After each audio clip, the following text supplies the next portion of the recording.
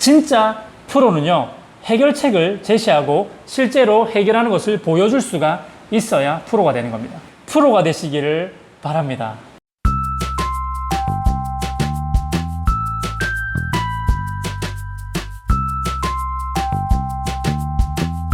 행커 아부대장입니다.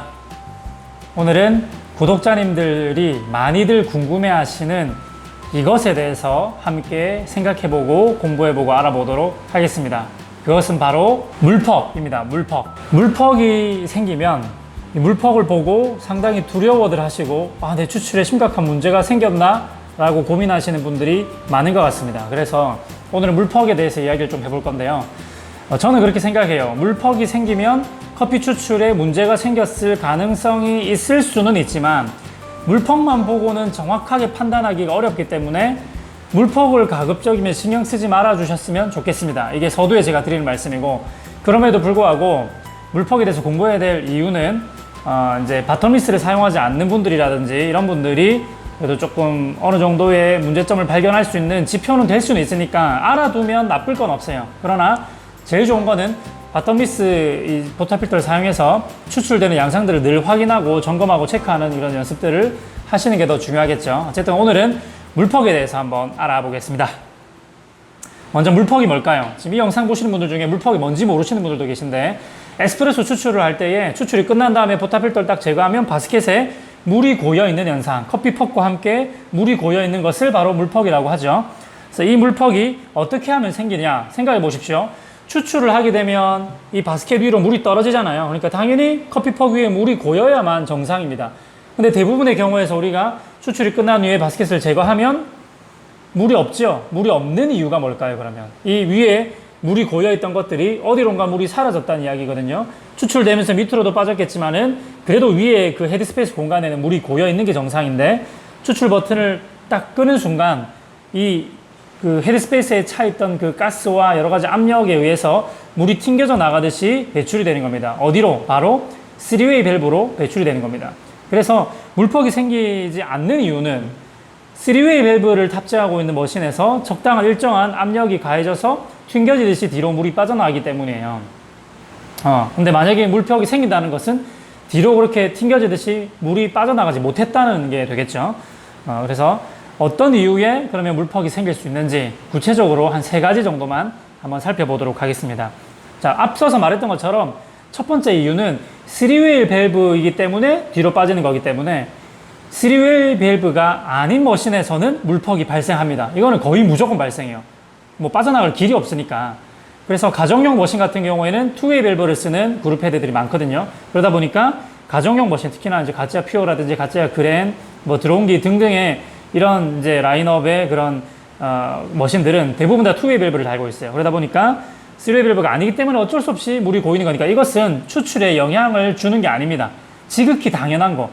나갈 길이 없어서 모여 있었던 것일 뿐인 것이지 뭔가 추출에 문제가 있었던 건 아니라는 거예요. 자, 두 번째 이유는 뭐냐면 가스가 부족한 원두를 사용할 때 그렇습니다.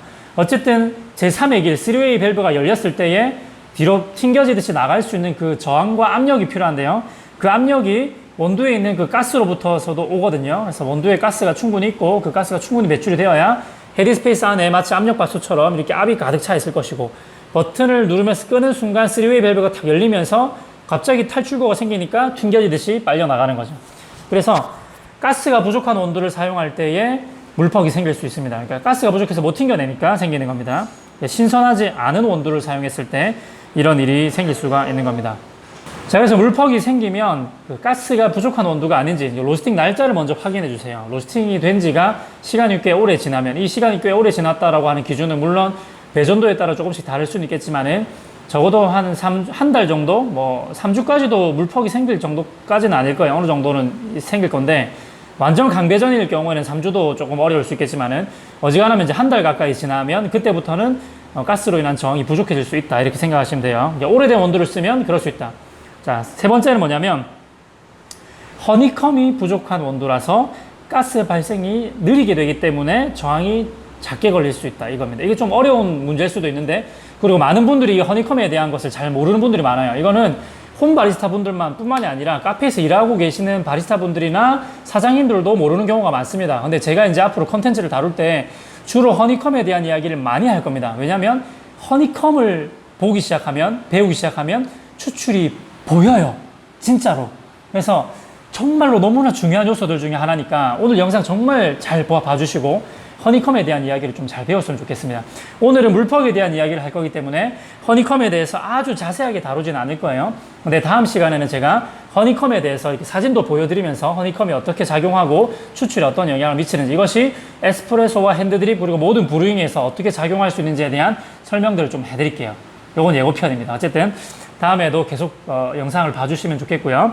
자, 오늘은 일단 허니컴에 대해서 조금만 다뤄볼게요. 물퍽이 생기는 이유. 허니컴이 부족하면 이 조직이 이렇게 아주 많이 벌어져 있지 않다는 걸 의미하고, 그래서 흡수 배출이 느린 조직 상태이기 때문에 흡수 배출이 느림으로 인해서 가스가 배출되는 속도도 느려지는 거예요. 그러다 보니까 가스가요, 무조건 그 헤드스페이스에 가득 차는 게 아니에요. 추출될 때 아래쪽으로 추출되면서 밑으로도 가스가 빠져나가거든요. 그렇게 가스가 아래쪽으로 추출되면서 빠져나가면서 만들어지는 게 크레마입니다. 그러니까 크레마가 이상하게 너무 안 생겨도 가스가 부족한 것일 수가 있고요. 크레마가 너무 거칠게 많이 생겨도 가스가 너무 많은 것일 수 있겠죠. 어쨌든 가스는 밑으로도 빠져나간단 말이죠. 그러니까 생성되는 흡수 배출로 인해서 나오는 가스의 양이 느리면 느릴수록, 속도가 느리면 느릴수록 빠져나가는, 밑으로 빠져나가는 가스의 양이 있다 보니까 그 헤드스페이스 공간에 가스가 차는 압력이 그렇게 많지 않아질 수가 있는 거죠. 이로 인해서 헤드스페이스의 저항이 적어질 수가 있고, 그러면 머신을 껐을 때 뒤로 튕겨져서 나가는 힘이 약해지니까 물이 조금은 남을 수 있는, 그래서 물퍽이 생길 수 있는 이유가 될 수가 있는 겁니다. 이렇게 세 가지로 물퍽이 생기는 이유들을 알아봤습니다. 어쨌든 중요한 건 뭐냐면 이 물퍽이 생기는 것 자체가 추출에 문제가 생겼다는 것을 의미하지는 않습니다. 추출에 문제가 생겼을 때의 현상과 물퍽이 생기는 현상이 공통된 부모들은 분명히 있기 때문에 물퍽을 통해서 추출이 잘못됐다라고 볼 수 있는 부분들도 있는 거예요. 그런 부분이 어떤 게 있는지 제가 두 가지만 설명을 드릴게요. 잘 보세요. 아까 전에 말했던 이유입니다. 오래된 원두라서, 두 번째 이유죠. 오래된 원두라서 가스가 부족해서 물퍽이 생긴다. 이거는 맛과 추출에 영향을 미칠 수가 있겠죠. 왜냐하면 가스가 부족하다는 거는 원두가 오래됐을 가능성이 크고, 오래된 원두에선 당연히 향미가 떨어지겠죠. 그러니까 맛에 영향을 줄 수가 있는 거. 그래서 이 원두의 유통기한에 대해서 이런 뭔가 상하는 유통기한이 아니라 이렇게 좀 이렇게 맛있게 먹을 수 있는 기한에 대한 이해도가 없으신 분들이 물퍽을 보고 이게 맛이 없는 원두라서 그럴 수 있겠구나라고 생각을 할 수도 있을 것 같아요. 그리고 이런 현상이 있어요. 가스가 부족하게 되면 저항이 잘 걸리지 않기 때문에, 저항이 잘 안 걸린다는 이유는 말은 이제 추출될 때 추출 속도가 빨라진다는 것을 의미해요. 우리가 보세요. 추출 버튼을 누르면 물은 줄줄줄 나오는데 실제로 포타필터를 장착한 상태로 추출될 때는 뭔가 끈적하게 천천히 나오잖아요. 그 이유가 이 헤드스페이스 공간 안에서 작용하는 그 저항 때문에 그래요. 압력과 저항 때문에 추출 속도가 느려져서 우리가 원하는 정도로 천천히 이렇게 나오는 거죠. 그래서 이런 역할들을 해주는 게 바로 가스인데요. 가스가 부족하다는 말은 이 헤드스페이스의 저항이 부족하게 되고, 그 저항이 부족하게 되면 추출되는 속도가 빨라지는 것을 의미합니다. 그러니까 추출 버튼을 딱 누를 때 추출이 쫙 너무 빠르게 되는 거죠. 이렇게 되면 우리가 일반적으로 학원이나 이렇게 공식화되어 있는 그런 잘못된 방식으로 배우던 곳에서 배우셨던 분들은 속도가 빠르면 뭐라고 얘기합니까? 과소 추출이라고 얘기하죠. 과소 추출이라고 말을 하면서 무엇부터 손을 대죠? 추출 속도가 빠르면 가스가 부족한 건 아닌가라는 의심도 해보셔야 되는데, 그 의심을 해보지도 않은 채 뭘 손대냐면 분쇄도를 손댄단 말이에요. 분쇄도를, 그라인딩 칼리브레이션을 조절해서 이렇게 더 느리게 만들어 버리기 때문에 원하는 뉘앙스의 맛이 안 나오고 오히려 과다 추출로 갈 가능성이 큰 겁니다. 그 허니컴에 정확하게 맞는 분쇄도를 선택하고 적당한 가스가 작용해 수출이 되는 게 베스트인데, 무리하게 분쇄도를 가늘게 함으로 인해서 내가 원했던 맛보다 더 과다 추출이 되는 가능성도 생길 수가 있고요. 또 분쇄도가 가늘어지면 어떤 현상도 생기느냐, 채널링이 발생할 확률이 높아집니다. 분쇄도가 가늘어지면 미분의 양도 더 많아질 수밖에 없을 것이고, 그러면 서로가 뭉쳐있는 현상들도 많이 생길 거고, 그러다 보면 골고루 물이 흘러갈 수 있는 조건을 충족시킬 수가 없겠죠. 그래서 분쇄도가 가늘어짐으로 인해서 채널링 확률이 더 커지는 겁니다. 채널링은 뭐냐면 물이 골고루 흐르지 못하는 현상입니다. 한국말로 하면 편류 현상이죠. 편류 현상. 골고루 흐르지 못하고 한쪽으로 편중되게 흐르는 그런 현상을 편류 현상, 채널링이라 하죠. 분쇄도가 가늘어짐으로 인해서 채널링이 생기니까 맛이 없어질 수가 있다는 겁니다. 그래서 이 오래된 온도를 사용했거나 아니면 가스가 부족한 온도, 그러니까 오래되지 않았어도요, 보관을 잘못하면 가스가 부족할 수 있어요. 공기와의 접촉이 많았다거나 온도가 조금 높았다거나 약간 뭐 따뜻한 곳에 있었다거나, 특히 오늘 이런 이제 여름철, 더운 여름철에 우리가 퇴근하고 나면 카페 온도는 꽤 몹시 상승하죠. 이렇게 보관이 됐다거나 하면 가스가 빨리 빠져나가는 거예요. 이로 인해서 생기는 현상들이 생길 수가 있어요. 이러면 이제 맛이 없어지는 거니까. 이것과 물퍽이 생기는 것의 이유가 공통되는 분모가 있는 거죠. 가스가 부족하면 물퍽이 생기고, 가스가 부족해서 맛이 없어지는 현상이 생기니까 공통되는 현상이 있는 거죠. 자, 두 번째입니다. 허니컴이 부족한 온도라서 물퍽이 생긴다 그랬죠. 허니컴이 부족하면 추출에도 영향을 미칠 수가 있습니다. 추출이 원활하게 흡수 배출이 잘 되려면 허니컴이 많을수록 좋아요. 물론 뭐 어느 정도 추출이 잘 될 정도 이상의 허니컴만 존재하면 사실 무리는 없겠지만, 우리는 그 정도의 허니컴을 만들어내는 것 자체가 좀 어렵습니다. 로스팅이 어려운 이유가요, 맛있는 성분을 만들어내는 포인트를 잡는 것도 어렵지만 추출이 원활하게 될 수 있는 이 허니컴 상태를 만드는 것도 어려운 거예요. 그래서 아마추어 같은 분들은 이 허니컴을 조절하지 못했기 때문에 원두 안에는 분명히 맛있는 성분이 있지만은 이제 추출을 했을 때 결과물이 그렇게 나오지 않으니까 맛없는 줄로 착각하게 되는 그런 현상들이 생기죠. 어쨌든 허니컴은 추출에 영향을 굉장히 많이 미칩니다. 허니컴 때문에 채널링도 발생할 수가 있고, 허니컴 때문에 추출이 제대로 안 되니까 맛도 없을 수가 있는 거죠. 그래서 허니컴이 부족한 것도 맛에 영향을 줄 수가 있고, 허니컴이 부족한 것도 물퍽이 생기는데도 영향을 줄 수 있으니 또 공통된 분모가 되는 거죠. 이렇다 보니까 우리가 물퍽으로 판단하는 일들이 좀 생기게 된 것 같긴 한데, 정확한 진단은 오늘 제가 가르쳐 드렸던 것처럼 이 원리적으로 이해를 해가면서, 아, 이래서 물퍽이 생기는구나, 아, 이래서 커피가 맛이 없어질 수 있구나, 이런 것들을 배우시고 이해를 하면서 판단을 하셔야 됩니다. 정확하게.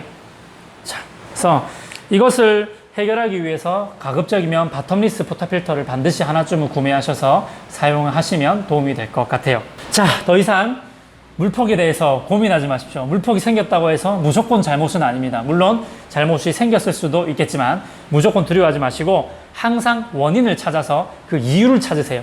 원리적으로 접근하세요. 그래서 뭔가 문제를 해결해 나갈 수 있는 그런 바리스타들이 되시기를 바랍니다. 우리가 원하는 건요, 전문가가 아니에요. 우리는 프로가 되고 싶은 겁니다. 오늘 제 유튜브를 통해서, 그리고 제 유튜브를 보시는 여러분들이 저는 다 프로가 되시길 원합니다. 전문가가 아니라. 전문가가 뭔지 아세요? 커피 전문가가 지금 도처에 깔려 있어요. 너무 커피 전문가들이 많아요. 다들 자기들이 전문가라고 말해요. 이 전문가들의 특징은 뭐냐면 잘못된 점들을 지적합니다. 문제점들을 찾아내는 것을 아주 전문가스럽게 잘해요. 카페에 오면 뒷짐부터 지고 슥 서성입니다. 하면서 여기는 회마를 쓰네. 여기는 안핌 카이마노 쓰네. SP2 괜찮은 그랜드 쓰네. 정수 필터는 뭐 에버퓨어. 뭐 이런 식으로 뭔가 하나하나 보면서 뭐 이제 질문을 한다면, 전문가님, 우리 카페 뭐 커피의 맛이 이래가지고 없어요. 맛이 없는 것 같아요. 이렇게 하면은, 그거는 분쇄도가 너무 굵어서 그래. 압력이 뭐 덜 그래서 그래. 머신이 뭐 문제가 있는 것 같네요. 그건 정수 필터가 잘못된 것 같은데 물맛이 별로라서 그래. 뭐 이런 식으로 자꾸만 뭔가 문제점들만 자꾸 지적해요. 근데 잘 들어보십시오. 잘 들어보시면 진짜 이유를 말을 안 합니다. 진짜 이유를 말을 안 해요. 그라인더를 너무 싼 거 쓰니까 그렇지. 저게 뭐 플랫버라서 그래. 근데 그건 이유가 아닙니다. 진짜 이유는 뭐냐면 저렴한 플랫버 그라인더 중에 지금 사용하고 있는 그 그라인더가 왜 문제가 생기는지에 대한 설명을 안 해요. 그냥 무조건 막연히 플랫버래. 근데 그 이유를 정확하게 설명하지 못하는 분들이 많아요. 이게 전문가입니다. 뭔가 알고 있는 듯 하면서도 지적은 잘하지만 해결을 못 해내는 겁니다. 해결.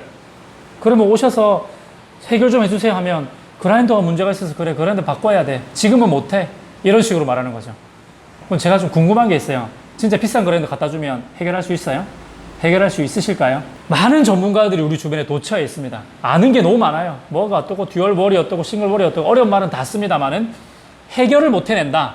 뭔가 문제점을 발견을 한 것처럼 보이지만 해결을 못 해낸다는 것은 문제점을 제대로 발견한 것이 아닐 수도 있고 허짚은 것일 수도 있습니다.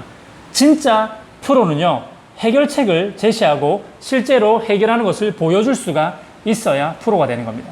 그래서 저희 아브람 커피와 함께 하시는 우리 구독자님들은, 이게 카페에서 일하시는 분들이든 아니면 홈바리스타 분들이든 프로가 되시기를 바랍니다. 여러분들 모두가 다 프로가 되어서 행복한 커피 생활 되시기를 바라요.